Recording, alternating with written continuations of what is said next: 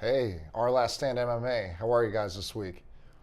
I wanted to make this video to go over my fight breakdown for my last smoker. If you were in attendance, thank you for your support.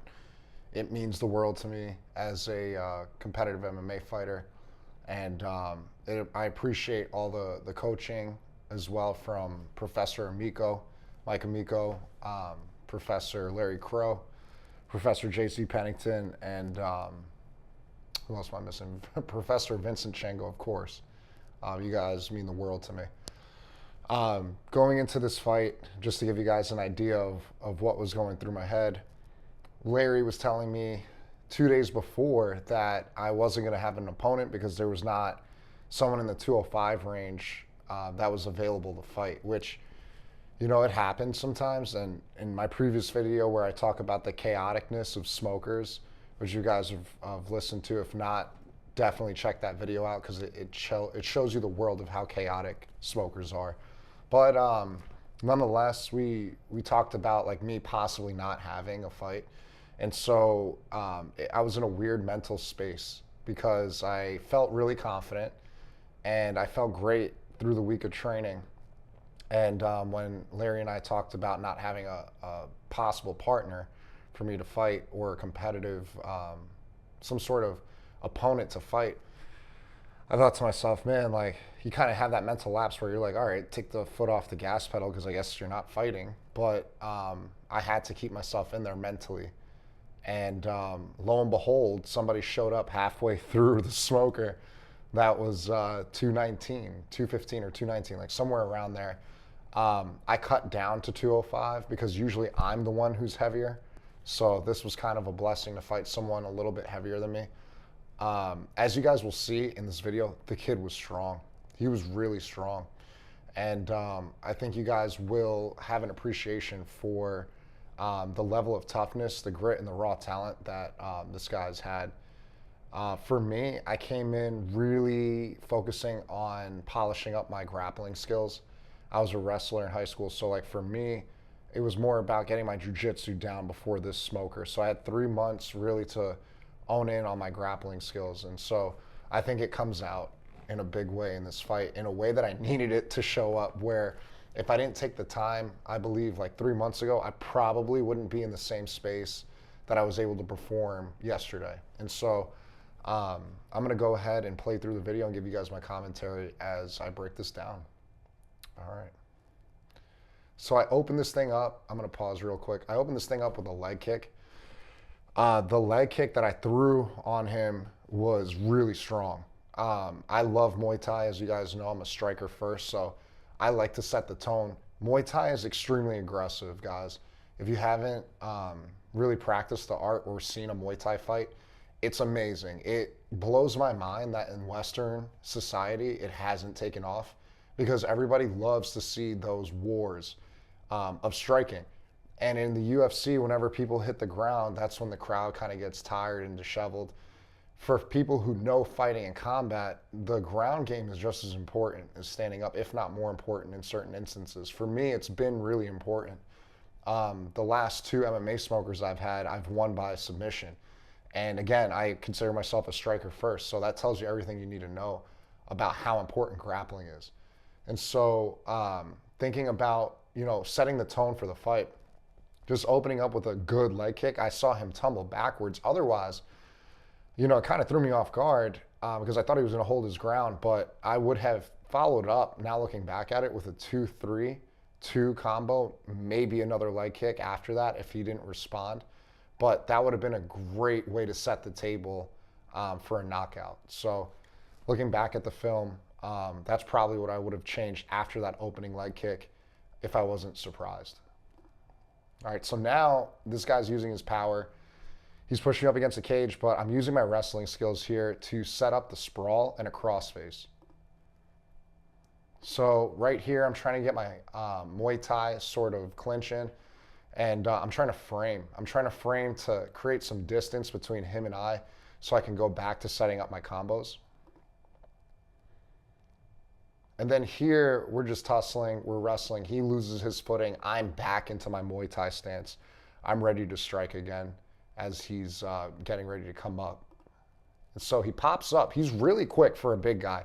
I was really blown away at how fast this dude can move. Seriously. He had like lightning speed for someone who was at 215. He was moving as fast as some of the 155ers. The guy has quick twitch muscle like I've never seen before. So as you're watching this with me, just keep that in mind. Very explosive fighter. So now we're both back up. I'm taking my time. I hear my corner tell me, hey, pace, pace, pace. I'm like, all right, let me breathe. Let me take a second before I go back and explode in. So here, I'm thinking about taking an inside leg kick to set up a combo just to test the waters. He pushes forward aggressively. Check this out. So now he's kind of swinging a little bit erratic, but he's still got his hand on me. I'm trying to push away to create some frame space. And now we're back up against the cage. Guys, for me, I love the cage. Larry works with us on the cage all the time. And for me, I live there. Honestly, every time we go and do MMA work, I live on the cage and I eat that for lunch. I'm comfortable with my back on the cage, and as you see here, I'm gonna stagger my feet like I've practiced a million different times, and I'm gonna try to base up to then try to reverse him to put him against the cage. That was my first thought and my first plan of action, which always works, but watch what happens. This is why fighting is so beautiful. He then tries to get that single leg and suck me in, and he gets it. The dude is that strong. And Larry at this point is thinking to himself, because he told me after the fight, he's like, yo, how did that dude pick you up like that? That's insane. I've never seen you get tossed around like that. And I'm trying to recoup because I'm in like shock of how strong this guy is. So I try to grab him and try to pick up his leg to take him off base to maybe scoop a single or a high crotch. And then he sits there, loses balance because I'm trying to get him back into the clinch. And now I try a little knee to the body. It's not working. I'm like, all right, let me create some space. Again, some more space for striking. And I'm going to start hitting him with a barrage of hooks and see what happens. So here we go. Boom, hook one. And now he's turned me. So I'm like, I got him clean in the face, but this dude's super strong. Like, look how I'm trying to fish for that underhook here, but his giant arm is in the way. He's just so massive. This guy was a behemoth. This kid, he's young. He's super young. But man, the raw power that he had. Watch now as I try to regain my footing and stance to try to fish for that underhook and turn him over for a sweep. And he pushes me back with just raw power. So at this point, as I'm falling backwards, one thing is going through my mind. I'm like, I'm going down. Now, in that split second, your muscle memory takes over and you're like, all right, now we're in grappling mode. We're no longer striking. We are going to the ground. What's my plan of action here? I'm thinking if he overcommits, I'm going to go ahead and sweep him.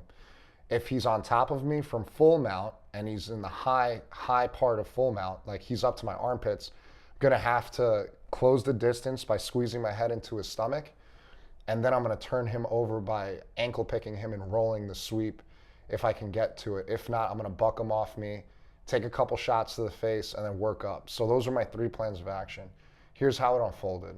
So he overcommits. I get the underhook right away because I feel his body weight shifting over top of me. And anyone that does jiu-jitsu knows body control at this position is eminent. He loses that body control. And so I get that underhook, I fish for it, and then boom, turn him right away in full mount. I'm in heaven right now. I'm like, all right, now the ground and pound starts. The party has done started. So I get up and I make sure I sink in really, really tight to his body so there's no wiggle room whatsoever. And now I have a hand. I had a free hand for a second. I contemplated about pinning down his arm, his left arm, and then windshield wipering into a north-south position to try a Kimura. Because I've been drilling it all week with Professor Amico. But I thought to myself, let me enjoy this moment as a striker. Let me enjoy this moment for the ground and pound. So here we go. I think to myself, let me get some separation, throw a hook. And then as soon as he lets go of that clinch from the top, and then bang, he rolls. So now the ground and pound game for me has changed a little bit because now he's working up to turtle. And so for me, I'm thinking, all right, so should I sink in some grapevines? Should I get some hooks in? Let's see what we do. He's still got that underhook, which maintains his leverage. Otherwise, I would have tried to sink in a rear naked choke. But then I get him back, and I use his body momentum to shift him back towards the ground and pound position where I can stay in full mount and just go to town on his face. It was awesome. This was one of my favorite fights for this reason. I got to unleash my full potential as a striker. So boom, boom, boom, barrage of hits, boom, boom, boom. Dude's just eating it. He's trying to get his feet up to try to separate us, but I'm not allowing it. I'm still applying pressure, light strikes, controlling his hands. And now, I'm trying to see where the camera's going here. And now I'm even higher, so I could still maintain control. Now I'm throwing elbows to the body, heavy elbows, just barrage of hits. Now he's trying to turn back again because he knew that he didn't like the elbows to the liver.